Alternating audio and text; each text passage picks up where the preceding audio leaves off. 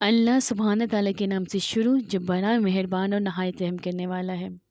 نبی پاک مصطفیٰ صلی اللہ تعالیٰ علیہ وآلہ وسلم پر لاکھوں کروڑوں اربوں کھربوں درود السلام۔ السلام علیکم ورحمۃ اللہ وبرکاتہ۔ کشتی کا مقابلہ، یہ ویڈیو بہت اچھی اور انفارمیٹیو ہے۔ ہو سکے تو میری اس ویڈیو کو مکمل سنیں اور شیطان کے بہکاوے میں نہ آئے۔ تو میں اپنی ویڈیو کا آغاز کرتی ہوں۔ بنی ہاشم میں ایک مشرک شخص رکانہ نامی بڑا زبردست اور دلیر پرہال تھا۔ وہ ایک پہلوان تھا اور کوئی جوان ایسا نہ تھا جس نے اسے گرایا نہ ہو۔ وہ ایک جنگل میں جسے عظم کہتے تھے رہا کرتا تھا، بکریاں چراتا تھا اور بڑا مالدار بھی تھا۔ ایک دن حضور صلی اللہ علیہ وآلہ وسلم اکیلے ادھر جا نکلے۔ رکانہ نے آپ صلی اللہ تعالیٰ علیہ وآلہ وسلم کو دیکھا تو آپ صلی اللہ علیہ وآلہ وسلم کے پاس آ کر کہنے لگا، اے محمد صلی اللہ علیہ وآلہ وسلم، تو ہی وہ ہے جو ہمارے لات و عزا کی توہین و تحقیر کرتا ہے اور اپنے ایک اللہ کی بڑائی بیان کرتا ہے۔ اگر میرا تجھ سے تعلق رحمی نہ ہوتا تو آج میں تجھے مار ڈالتا۔ آپ میرے ساتھ کشتی کر، تو اپنے اللہ کو پکار، میں اپنے لات و عزا کو پکارتا ہوں، دیکھیں تو تمہارے اللہ میں کتنی طاقت ہے۔ حضور صلی اللہ تعالیٰ علیہ وآلہ وسلم نے فرمایا، رکانہ اگر کشتی ہی کرنی ہے تو چل، میں تیار ہوں۔ رکانہ یہ جواب سن کر اول تو حیران ہوا اور پھر بڑے غرور کے ساتھ مقابلے کے لیے کھڑا ہو گیا۔ حضور صلی اللہ تعالیٰ علیہ وآلہ وسلم نے پہلے ہی جپٹ میں سے گرا لیا اور اس کے سینے پر بیٹھ گئے۔ اللہ اکبر!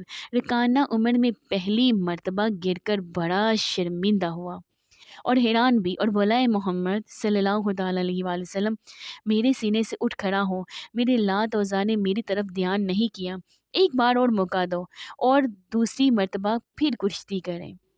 جب اس نے کہا کہ آؤ دوسری مرتبہ پھر کشتی لڑیں، حضور صلی اللہ علیہ وآلہ وسلم سینے سے اٹھ کھڑے ہوئے اور دوبارہ کشتی کے لیے رکانہ بھی اٹھا۔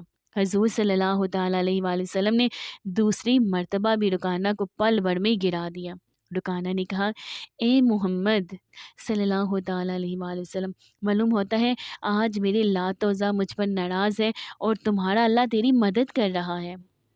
خیر، ایک مرتبہ اور آؤ، اب کی دفعہ لات و عزا میری مدد ضرور کریں گے۔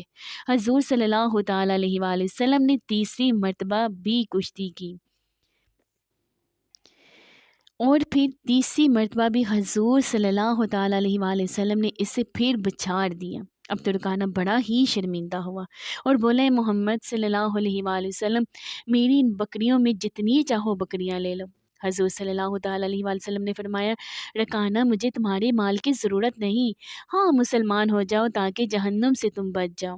وہ بولا، محمد مسلمان تو میں ہو جاؤں مگر نفس جھجکتا ہے کہ مدینہ اور نواح کی عورتیں اور بچے کیا کہیں گے، کتنے بڑے پہلوان نے شکست کھائی اور پھر مسلمان ہو گیا۔ حضور صلی اللہ تعالیٰ علیہ وآلہ وسلم نے فرمایا، تو تیرا مال تجھی کو مبارک ہو۔ یہ کہہ کر واپس تشریف لے آئے۔ ادھر ابوبکر صدیق و عمر رضی اللہ تعالیٰ عنہ حضور صلی اللہ تعالیٰ علیہ وآلہ وسلم کی تلاش میں تھے اور یہ معلوم کر کے کہ حضور صلی اللہ تعالیٰ علیہ وآلہ وسلم وادی عظم کی طرف تشریف لے گئے ہیں، متفکر تھے کہ اس طرف رکانہ پہلوان رہتا ہے، مبادا حضور صلی اللہ علیہ وآلہ وسلم کو ایذا دے۔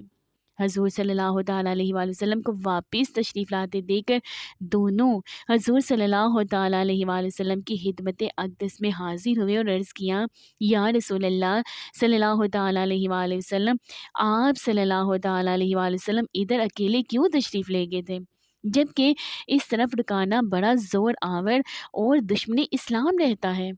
حضور صلی اللہ تعالیٰ علیہ وآلہ وسلم یہ سن کر مسکرائے اور فرمایا، جب میرا اللہ ہر وقت میرے ساتھ ہے پھر کسی رکانہ کی کیا پرواہ، لو اس رکانہ کا قصہ سنو۔ چنانچہ حضور صلی اللہ تعالیٰ علیہ وآلہ وسلم نے سارا قصہ سنایا۔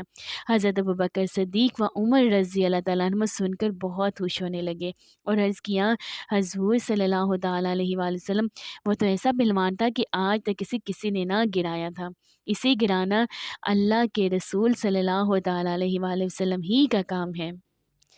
بے شک اللہ سبحانہ تعالیٰ نے ہمیں اپنا بہت پیارا محبوب حضرت محمد مصطفیٰ صلی اللہ تعالیٰ علیہ وآلہ وسلم ہمیں عطا فرمایا ہے۔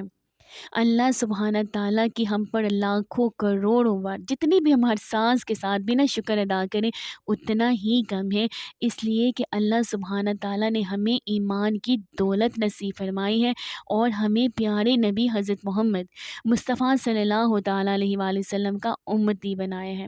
اور میں دعا کرتی ہوں کہ اللہ سبحانہ تعالیٰ آپ نے ہمیں ایمان والی زندگی عطا فرمائی ہے، آپ ہمیں ایمان پر موت بھی عطا فرمائیے، آمین ثم آمین۔ اللہ سبحانہ تعالیٰ ہمیں، ہماری اولادوں کو، تمام امت مسلمہ کو اپنے پیارے اور محبوب اور برگزیدہ بندوں میں شامل کر لیں، آمین ثم آمین یا رب العالمین۔ ملتی ہوں میں پھر آپ کے ساتھ نیکسٹ ویڈیو میں، فی امان اللہ۔